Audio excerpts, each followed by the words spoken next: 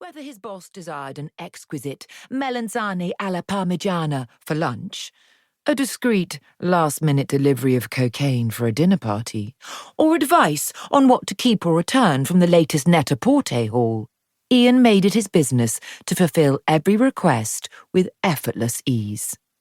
As a result, when Tata was confounded and didn't know what to do, the default position, Ask Ian, resolved most problems.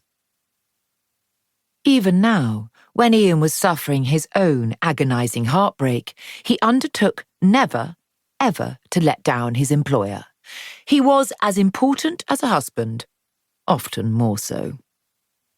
"Breakfast conference, my room?" Tata continued. "I'll be there in a jiffy," Ian replied. "May I bring you a tray?" "Yes, please," she said. "I'd die for a macchiato, Ian, in one of those new silver lacquer cups that just arrived from Tiffany. You know the ones I mean." Indeed. Of course he did. Ian knew Mrs. Hawkins's china collection, as well as the back streets of nearby Chipping Norton, where he'd grown up. "And a little grilled halloumi with fresh parsley and those crunchy Welsh salt flakes sprinkled on the top." "The Hallon Mon salt?" "Exactly. God, you must think I'm a fusspot." "Not at all, Mrs. Hawkins." Ian took it upon himself never to appear judgmental.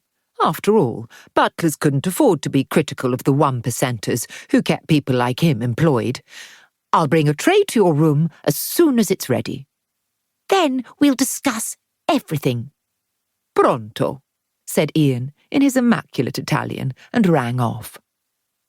A few moments later, as Ian dashed about his bedroom, pulling on pinstripe trousers, a neatly pressed white shirt, charcoal grey jacket and navy tie, then throwing a nubbly natural linen apron over the ensemble, he felt perkier than he had in weeks.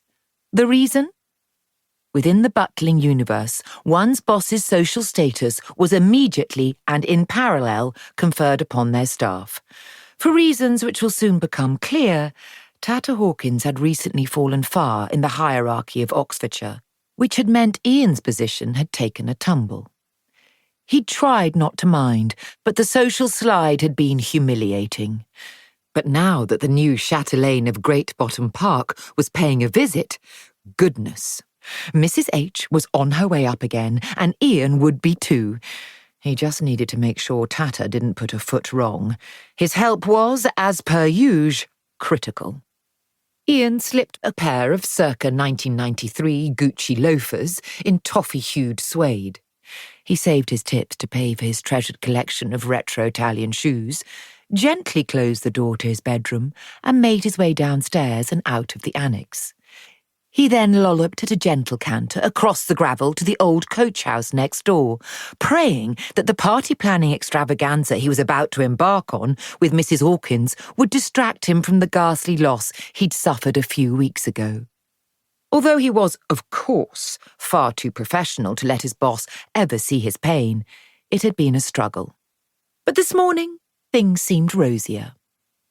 The sun was shining, and it was already early May, that glorious time in England when the old man's beard is frothing along the hedgerows and the newborn lambs are gadding giddily in the fields. It was impossible in this splendid weather to remain mired in abject despair, however grisly things had been. The blue skies and radiant sunshine were, Ian felt, a sign of better things to come. Ian's dream may have been cut short, but no matter. His prince would return, he was sure, crystal footwear in hand, some other summer's night. Chapter 2. Let us rewind by 24 hours.